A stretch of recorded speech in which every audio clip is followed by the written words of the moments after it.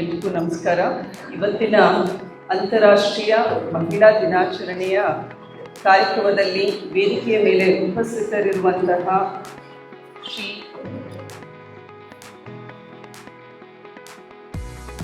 ಗಂಗಾಧರ ಸ್ವಾಮಿಯವರೇ, ಇಟ್ಟೆ ಮಾಧವರಾವ್ ಅವರೇ ಹಾಗೂ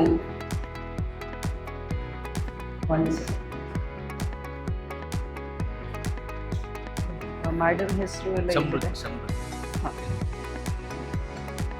ಶ್ರೀಮತಿ ಡಾಕ್ಟರ್ ಸಮೃದ್ಧಿ ಇಟ್ಟೆ ಮಾಧವರಾವ್ ಅವರೇ ಹಾಗೂ ನಮ್ಮ ಎಲ್ಲ ವಿವಿಧ ಇಲಾಖೆಯ ಸಿಬ್ಬಂದಿ ವರ್ಗದವರೇ ಹಾಗೂ ವೇದಿಕೆಯ ಮೇಲೆ ಉಪಸ್ಥಿತರಿರುವಂತಹ ಎಲ್ಲ ಗಣ್ಯರೇ, ವೇದಿಕೆಯ ಮುಂಭಾಗದಲ್ಲಿ ಉಪಸ್ಥಿತರಿರುವಂತಹ ಎಲ್ಲ ಸ್ತ್ರೀ ಶಕ್ತಿ. ನಾನು ಯಾಕೆ ಪ್ರತಿಯೊಬ್ಬರ ಹೆಸರು ಹೇಳ್ತಾ ಇಲ್ಲ ಅಂದರೆ, ಐ ಥಿಂಕ್ ನಾವೆಲ್ಲರೂ ಒಂದು ಲೆವೆಲಿಗೆ ಈಕ್ವಲ್ ಆಗಿದ್ದೀವಿ. ಈಗ ಎಲ್ಲ ಮಹಿಳೆಯರಿದ್ರು ಮಹಿಳಾ ಶಕ್ತಿ. ಫಸ್ಟು ಮಾತಾಡ್ತಾ ಇರುವಾಗ ನನ್ನ ಬಗ್ಗೆ ಕಿರು ಪರಿಚಯ ಮಾಡಿಕೊಟ್ರು. ಇವತ್ತು ಮಹಿಳಾ ದಿನಾಚರಣೆ ಹೌದಾ, ನಾನು ಎಲ್ಲೇ ಹೋದರೂ ಕೂಡ ಒಂದು ಕಾರ್ಯಕ್ರಮಕ್ಕೆ ಪಾರ್ಲಿಮೆಂಟ್ನಲ್ಲಿ ಮಾತಾಡೋದಾಯಿತು, ಒಂದು ಉದ್ಘಾಟನೆ ಕಾರ್ಯಕ್ರಮಕ್ಕೆ ಹೋದಾಗ ಮಹಿಳೆಯರು ಬಂದು ಹೇಳ್ತಾರೆ ಅಂದರೆ, ಮೇಡಮ್ ನೀವು ಇನಾಗ್ರೇಷನ್ ಮಾಡ್ತಾ ಇದ್ದೀರಾ ಅಥವಾ ಪಾರ್ಲಿಮೆಂಟ್ನಲ್ಲಿ ನೀವು ಮಾತಾಡ್ತಾ ಇದ್ದೀರಾ, ಎಲ್ಲೋ ನಾವೇ ಮಾತಾಡ್ತಾ ಇದ್ದೀವಿ ಅಂತ ನಮಗೆ ಅನಿಸುತ್ತೆ ಅಂತ. ಸೊ ಮಹಿಳೆಯರು, ಮಹಿಳಾ ಶಕ್ತಿ ಅಂದರೆ ಆ ರೀತಿ ಇದೆ. ನಾವೆಲ್ಲರೂ ಒಬ್ಬ ಮಹಿಳೆ ಒಂದು ವೇದಿಕೆಯ ಮೇಲೆ ಇದ್ದರೆ ನಾವೇ ಎಲ್ಲೋ ಅಲ್ಲಿದ್ದೀವಿ ಅಂತ ಒಂದು ಸಂತೃಪ್ತಿ ಭಾವನೆ ಇರುತ್ತೆ. ಸೊ ಇವತ್ತು ಕೂಡ ನಮ್ಮ ಮೊದಲನೇದಾಗಿ ನಾನು ಬಂದಾಗ ಒಬ್ಬ ಸ್ಟೂಡೆಂಟು ತನ್ನ ಯೋಗ ಹೌದಾ ಯಾವ ರೀತಿ ಯೋಗಾಸನದ ಮೂಲಕ ನಟರಾಜನ ಒಂದು ಪ್ರತೀಕವಾಗಿ, ಶಕ್ತಿಯ ಒಂದು ಪ್ರತೀಕವಾಗಿ ಯೋಗಾಭ್ಯಾಸದ ಮೂಲಕ ತನ್ನ ಶಕ್ತಿಯನ್ನು ಪ್ರದರ್ಶಿಸಿದೆ. ಅದನ್ನು ನೋಡಿದಾಗ ಎಲ್ಲೋ ಒಂದು ರೀತಿಯ ಸಂತೋಷ, ಜೊತೆಗೆ ನಮ್ಮ ಶಕ್ತಿ ಕೂಡ ನಮಗೆ ಐಡೆಂಟಿಫೈ ಮಾಡ್ದಂಗಾಗುತ್ತೆ ಅಲ್ವಾ. ಇಷ್ಟು ಚೆನ್ನಾಗಿ ಒಬ್ಬ ಸ್ಟೂಡೆಂಟು ತನ್ನ ಬಾಡಿ ಬಿಲ್ಡಿಂಗ್ ಆಯಿತು, ಜೊತೆಗೆ ನಮ್ಮ ಜೀವನದಲ್ಲೂ ಸಾಕಷ್ಟು ರೀತಿಯ ಒಂದು ಮೌಲ್ಯಗಳು, ವಿಚಾರಗಳನ್ನು ಆ ಒಂದು ಯೋಗ ಇದರಲ್ಲಿ ನಾವು ಕಂಡ್ಕೊಂಡಾಗಾಯಿತು ಅಂತ ನನಗನ್ಸುತ್ತೆ. ಒಂದು ಬ್ಯಾಲೆನ್ಸ್ ಹೌದಾ, ಮಹಿಳೆಯರಿಗೆ ಮಲ್ಟಿ ಟಾಸ್ಕರ್ ಅಂತ ಮಹಿಳೆಯರಿಗೆ ಹೇಳ್ತೀವಿ ನಾವು. ಪ್ರತಿಯೊಂದು ಕ್ಷೇತ್ರ, ಮನೆಯ ಜವಾಬ್ದಾರಿ ಜೊತೆಗೆ ನಮ್ಮ ಉದ್ಯೋಗದ ಜವಾಬ್ದಾರಿ, ಜೊತೆಗೆ ಸಮಾಜದ ಜವಾಬ್ದಾರಿ, ಈ ರೀತಿಯ ಒಂದು ಸಮತೋಲನ ಮತ್ತು ಸ್ಥಿರತೆ ಮಹಿಳೆಯಲ್ಲಿರುತ್ತೆ ಅಲ್ವಾ. ಸೊ ಮಹಿಳೆಯನ್ನು ನೋಡಿದಾಗ ಎಲ್ಲರಿಗೂ 2 ಸಾಲುಗಳಂತೂ ಬೈ ಹಾರ್ಟ್ ಆಗಿದೆ. ಈ ಪುಟಾಣಿ ಮಗು ಕೇಳಿದ್ರು ಅದೇ ಹೇಳ್ತಾರೆ, ಮನೆ ಮೊದಲ ಪಾಠಶಾಲೆ, ಜನನಿ ತಾನೇ ಮೊದಲ ಗುರು, ಜನನಿಯಿಂದ ಪಾಠ ಕಲಿತ ಸಮಾಜವೇ ದೇಶವೇ ಧನ್ಯರು ಅಂತ ನಾನು ಹೇಳಬೇಕಾಗಿದೆ. ಸೊ ಅಂತಹ ಜನನಿ, ಅಂತಹ ಒಂದು ದೊಡ್ಡ ಜವಾಬ್ದಾರಿಯನ್ನು ಒಂದು ಸಮಾಜ, ಒಂದು ದೇಶ ಮಹಿಳೆ ಕೊಟ್ಟಿದೆ. ಮಹಿಳಾ ದಿನಾಚರಣೆಯ ಒಂದು ಬ್ಯಾಕ್ಗ್ರೌಂಡ್ ಎಲ್ಲ ಹೇಳಿದರು. 1909ರಲ್ಲಿ ಶುರುವಾಯಿತು ಅಮೆರಿಕ ಮತ್ತು ಯುರೋಪ್ ದೇಶದಲ್ಲಿ. ನಂತರ UN-ನಲ್ಲಿ 1977ನಲ್ಲಿ ಇಂಟರ್ನ್ಯಾಷನಲ್ ವಿಮೆನ್ಸ್ ಡೇ ಅಂತ ಸೆಲೆಬ್ರೇಟ್ ಮಾಡೋಕ್ಕೆ ಶುರು ಮಾಡಿದ್ವಿ. ಸೊ ಅದಕ್ಕೋಸ್ಕರ ನಾವೆಲ್ಲ ಮಹಿಳೆಯರು, ಇಡೀ ಹಾಲ್ ತುಂಬಿದೆ. ಎಷ್ಟೋ ಸಲ ನಾವು ಸರ್ಕಾರಿ ಕಾರ್ಯಕ್ರಮ, ಇನ್ನೇನೇ ಕಾರ್ಯಕ್ರಮ ಮಾಡುವಾಗ ಮುಕ್ಕಾಲು ಭಾಗ ಎಂಟಿ ಸೀಟ್ ಇರುತ್ತೆ. ಸೊ ಇದು ನಮ್ಮ ಶಿಸ್ತು, ಮಹಿಳೆಯರ ಶಿಸ್ತು. ಸೊ ನಾವೆಲ್ಲರೂ ಒಂದು ಕಾರ್ಯಕ್ರಮದಲ್ಲಿ ನಮ್ಮ ಅಚೀವ್ಮೆಂಟ್ಸ್ನ ಮತ್ತು ಒಂದು ಅವಲೋಕನ, ಆತ್ಮ ಅವಲೋಕನ ಮಾಡುವಂತಹ ದಿನ ಇದು. ಸೊ 50 ವರ್ಷದಿಂದ ಇಂಟರ್ನ್ಯಾಷನಲ್ ವಿಮೆನ್ಸ್ ಡೇನ ನಾವು ಆಚರಿಸ್ಕೊಳ್ತಾ ಬರ್ತಾ ಇದ್ದೀವಿ. 50ನೇ ವರ್ಷ ಇನ್ನೂ ಮುಟ್ಟಿಲ್ಲ ನಾವು. ಸೊ ಅದರಿಂದ ಯಾಕೆ ವಿಮೆನ್ಸ್ ಡೇ ಸೆಲೆಬ್ರೇಟ್ ಮಾಡಬೇಕು, ಏನಿದರ ಒಂದು ಯಾಕೆ ಸಮಾಜದಲ್ಲಿ ಈ ರೀತಿಯ ಒಂದು ಮಹಿಳೆಯರಿಗೆ ಮೀಸಲಾಗಿರುವಂತಹ ಒಂದು ದಿನದ ಆಚರಣೆ ಯಾಕೆ ಬರ್ತಿದ್ದು, ಯಾವ ರೀತಿ ಮಹಿಳಾ ದಿನಾಚರಣೆಯನ್ನು ನಾವು ಆಚರಣೆ ಮಾಡಿದರೆ ಅದು ಅರ್ಥಪೂರ್ಣವಾಗಿರುತ್ತೆ, ಮುಂದೆ ನಮ್ಮ ಮುಂದಿರುವಂತಹ ಸವಾಲುಗಳೇನು, ಯಾವ ರೀತಿಯ ಸವಾಲುಗಳನ್ನು 50 ವರ್ಷ 100 ವರ್ಷದಿಂದ ನಾವು ಸವಾಲುಗಳನ್ನು ಎದುರಿಸ್ಕೊಂಡು ಸಮಾಜದಲ್ಲಿ ಯಾವ ರೀತಿ ನಾವು ನಮ್ಮ ಗವರ್ಮೆಂಟ್ ಆಯಿತು ಅಥವಾ ಸಮಾಜದಲ್ಲಿ ಮಹಿಳೆಯರ ಪರವಾಗಿ ಅವರಿಗೆ ಶಿಕ್ಷಣ ಆಯಿತು, ಉದ್ಯೋಗ ಆಯಿತು, ಕೌಶಲ್ಯ ಆಯಿತು, ಮತ್ತು ಫೈನಾನ್ಷಿಯಲ್ ಇಂಡಿಪೆಂಡೆನ್ಸ್ ಕೊಡುವಲ್ಲಿ ಸಮಾಜ ಮತ್ತು ಸರ್ಕಾರ ಯಾವ ರೀತಿ ಕೈ ಜೋಡಿಸ್ತಾ ಇದೆ ಅನ್ನೋದನ್ನು ಇವತ್ತು ನಾವು ಅವಲೋಕನ ಮಾಡಿಕೊಳ್ಳುವಂತಹ ಒಂದು ದಿನ. ಸೊ ಎಲ್ಲ ಸರ್ಕಾರಿ ಇಲಾಖೆಗಳಾಯಿತು ಮತ್ತು ಬೇರೆ ಬೇರೆ ಸಂಘಗಳು, ಸಂಘಟನೆಗಳು ಎಲ್ಲ ಕಡೆಯೂ ಕೂಡ officially March 8th, but March 8th ನಾಳೆ ಭಾನುವಾರ ಇರೋದ್ರಿಂದ ಇವತ್ತು ನಾವು ಮಹಿಳಾ ದಿನಾಚರಣೆಯನ್ನು ಆಚರಿಸ್ತಾ ಇದ್ದೀವಿ. ನಾನು ಡಿ ಸಿ ಅವರಿಗೆ ಕೇಳಿದೆ, ಎಲ್ಲ ಸರ್ಕಾರಿ ಇಲಾಖೆಯ ಸಿಬ್ಬಂದಿ ವರ್ಗದವರು ಇದ್ದೀವಿ, ಸೊ ಎಷ್ಟು ಜನ ನಾವು ನಮ್ಮ ಡಿಪಾರ್ಟ್ಮೆಂಟ್ನಲ್ಲಿ ಡಿಸ್ಟ್ರಿಕ್ಟ್ ಅಡ್ಮಿನಿಸ್ಟ್ರೇಷನ್ನಲ್ಲಿ ಮಹಿಳೆಯರ ಸ್ಟ್ರೆಂತ್ ಎಷ್ಟು ಅಂತ. ಸುಮಾರು 6,000ಕ್ಕೂ ಹೆಚ್ಚು ಜನ ಇದ್ದೀವಿ ಅಂತ ಹೇಳಿದರು. ಸೊ ಒಟ್ಟಾರೆ ಅರೌಂಡ್ 50-60% ಸ್ಟ್ರೆಂತ್ ಇದೆ ಅಂತ. ಸೊ ಅಲ್ಲಿಗೆ ಒಂದು ರೀತಿಯಲ್ಲಿ ಸಮಾನತೆ ತರಲಿಕ್ಕೆ ನಮ್ಮ ಡಿಸ್ಟ್ರಿಕ್ಟ್ ಅಡ್ಮಿನಿಸ್ಟ್ರೇಷನ್ ಕೂಡ ಕೈ ಜೋಡಿಸ್ತಾ ಇದೆ ಅಂದರೆ ತಪ್ಪಾಗಲಾರ್ದು. 33% ರಿಸರ್ವೇಷನ್ ಬಿಲ್ ಪಾಸ್ ಮಾಡಿದ್ದಾರೆ. ಬಟ್ ಇಲ್ಲಿ ನಮ್ಮ ಗ್ರಾಮ ಪಂಚಾಯತ್ನಲ್ಲಿ ಯಾವ ರೀತಿ 50% ಮಹಿಳೆಯರಿಗೆ ರಿಸರ್ವೇಷನ್ ಇದೆ, ಅದೇ ರೀತಿ ನಮ್ಮ ಅಡ್ಮಿನಿಸ್ಟ್ರೇಷನಲ್ಲೂ ಕೂಡ ಮಹಿಳೆಯರಿಗೆ ಪ್ರಾಮುಖ್ಯತೆ ಕೊಟ್ಟಿದೆ. ಸೊ ಹೇಳುವಾಗ ನನ್ನ ಇಂಟ್ರೊಡಕ್ಷನ್ ಕೊಡುವಾಗ ಹೇಳಿದರು ಮಾತೃ ಹೃದಯಿ ಅಂತ.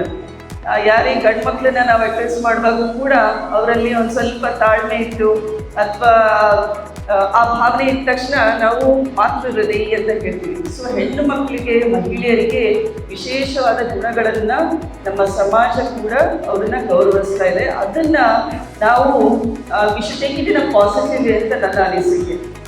ಸೊ ಯಾವ ರೀತಿ ಮಲ್ಟಿ ಟಾಸ್ಕರ್ ಇರ್ತೀವಿ, ಮನೆಯ ಜವಾಬ್ದಾರಿ, ಕುಟುಂಬದ ಜವಾಬ್ದಾರಿ, ಹೊರಗಿನ ಜವಾಬ್ದಾರಿ ಮಾಡ್ಕೊಂಡು ಹೋಗ್ತಾ ಇದ್ದೀವಿ.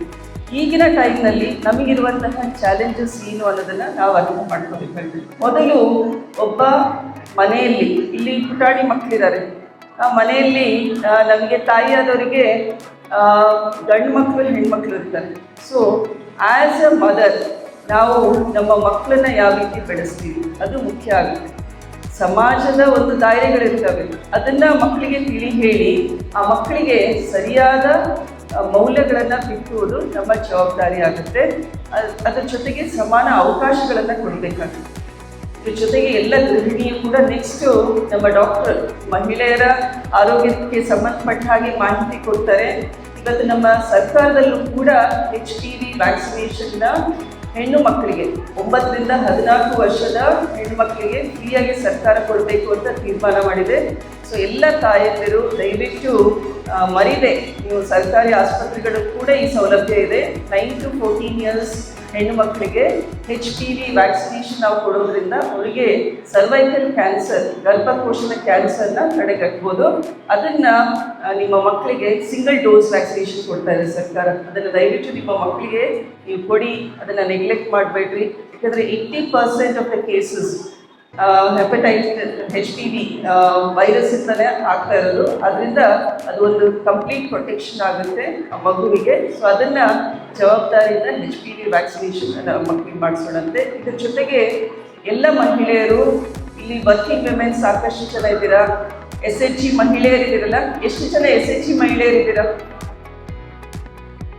ಸೊ ಒಂದು ಅರ್ಧ ಭಾಗ ಇದ್ದೀರಾ SHGನಲ್ಲಿದ್ದೀರಾ. ಸೊ SHG ಮಹಿಳೆಯರು ಇವನ್ನೆಲ್ಲ ನಾನು ಸಾಕಷ್ಟು ಕಾರ್ಯಕ್ರಮದಲ್ಲಿ ಮಾತಾಡಿಸಿದ್ದೀನಿ. ಭಾಳ ಸಂತೋಷ ಆಗುತ್ತೆ. ಮಹಿಳೆಯರ ಆರ್ಥಿಕ ಸಬಲೀಕರಣದ ನಿಟ್ಟಿನಲ್ಲಿ ನಮ್ಮ ಸರ್ಕಾರ ಸ್ತ್ರೀ ಶಕ್ತಿ ಮತ್ತು SHG ಸ್ವಸಹಾಯ ಸಂಘಗಳನ್ನು, ಜೊತೆಗೆ ನಮ್ಮ ಕೋಆಪರೇಟಿವ್ ಸೊಸೈಟಿ ಕೂಡ ವಿಮೆನ್ನಿಗೋಸ್ಕರ ಪ್ರತ್ಯೇಕವಾಗಿ ಸಾಲ ಸೌಲಭ್ಯವನ್ನು ಕೊಡ್ತಾ ಇದೆ. ಅದರ ಜೊತೆಗೆ ನೀವು MSME ಸೆಕ್ಟರ್ ಆಯಿತು, ದೊಡ್ಡ ದೊಡ್ಡ ಹುದ್ದೆಗಳನ್ನು ಮಾಡ್ತಿರಾದ್ರೂ ನಿಮಗೆ ಲೋನ್ಸ್ನಲ್ಲಿ ರಿಯಾಯಿತಿ ಸಾಕಷ್ಟು ಇದೆ.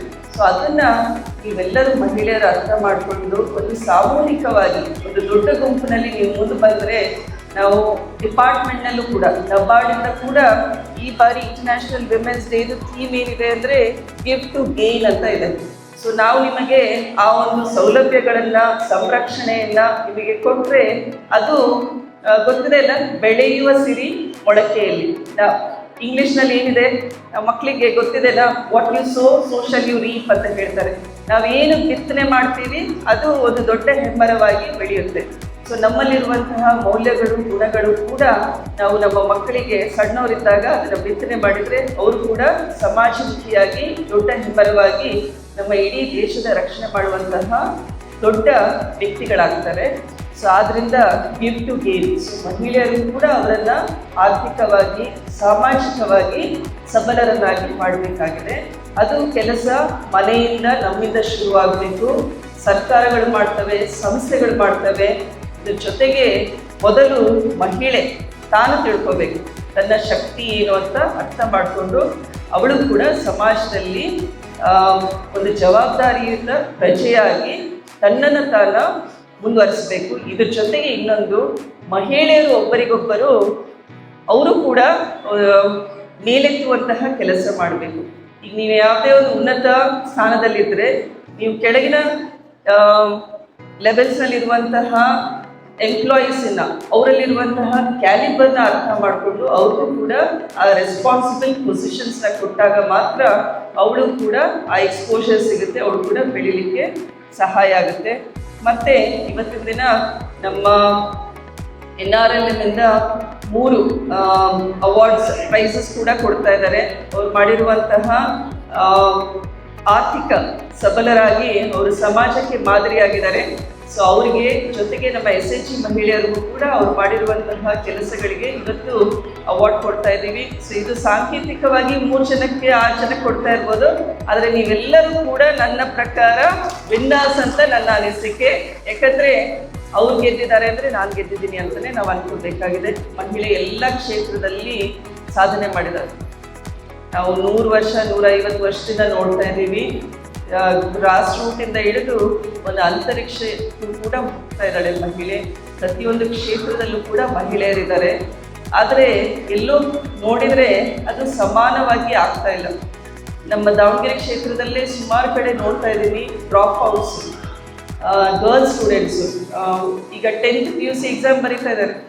ಒಂದ್ಸಲ ಎಕ್ಸಾಮ್ ಬರುತ್ತೆ, ರಿಸಲ್ಟ್ ಬಂದ ತಕ್ಷಣ ಹೆಡ್ಲೈನ್ಸ್ನಲ್ಲಿ ಬರುತ್ತೆ, ಹೇಳಿ ಮಹಿಳೆಯರು ಸಾಧನೆ, ಹೌದಾ, ಹೆಚ್ಚಿನ ಸಾಧನೆ ಅವ್ರದ್ದೇ, ಪಾಸ್ ಪರ್ಸೆಂಟೇಜ್ ಅವ್ರದ್ದೇ.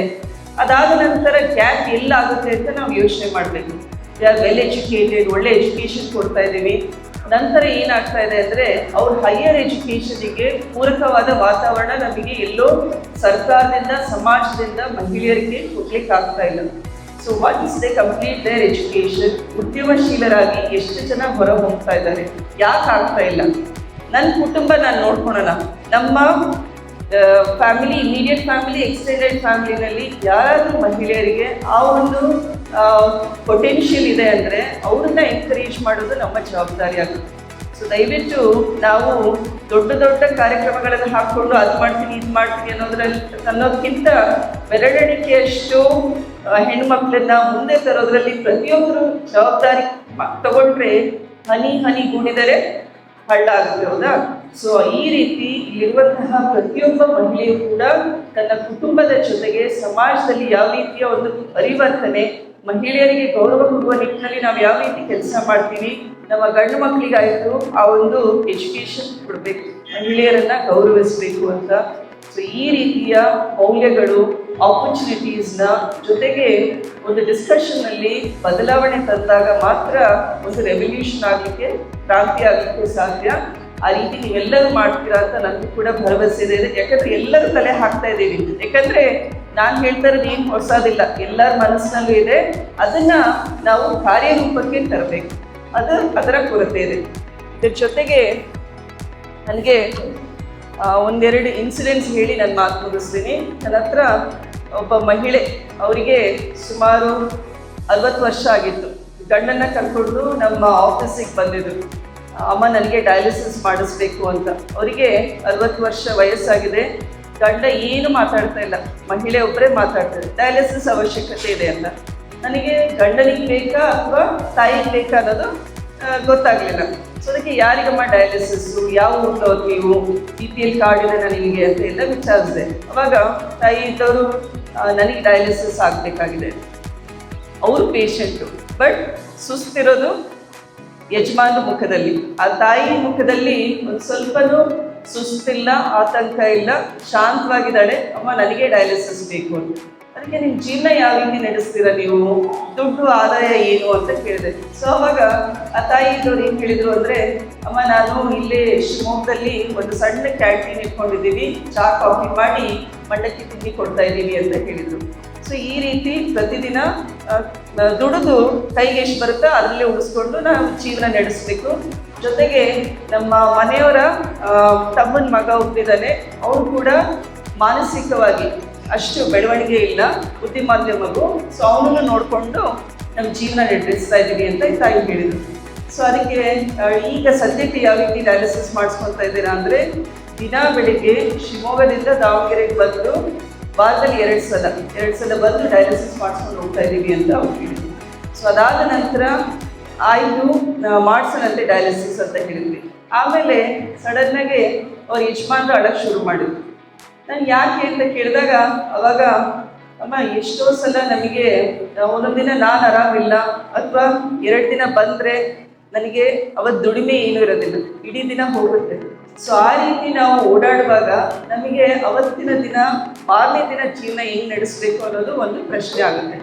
ಈ ರೀತಿಯ ಸಂದರ್ಭಗಳು ಬಂದಾಗ ಎಷ್ಟೋ ಸಲ ನಮ್ಮ ಯಜಮಾನರು ನನಗೆ ಹೇಳ್ತಾರೆ, ಯಾವುದಾದ್ರೂ ಒಂದು ರೈಲ್ವೆ ಹಳಿಗೆ ಹೋಗಿ ಬಿದ್ದುಬಿಡೋಣ ಬಾ ಅಂತ ಹೇಳ್ತಾರೆ.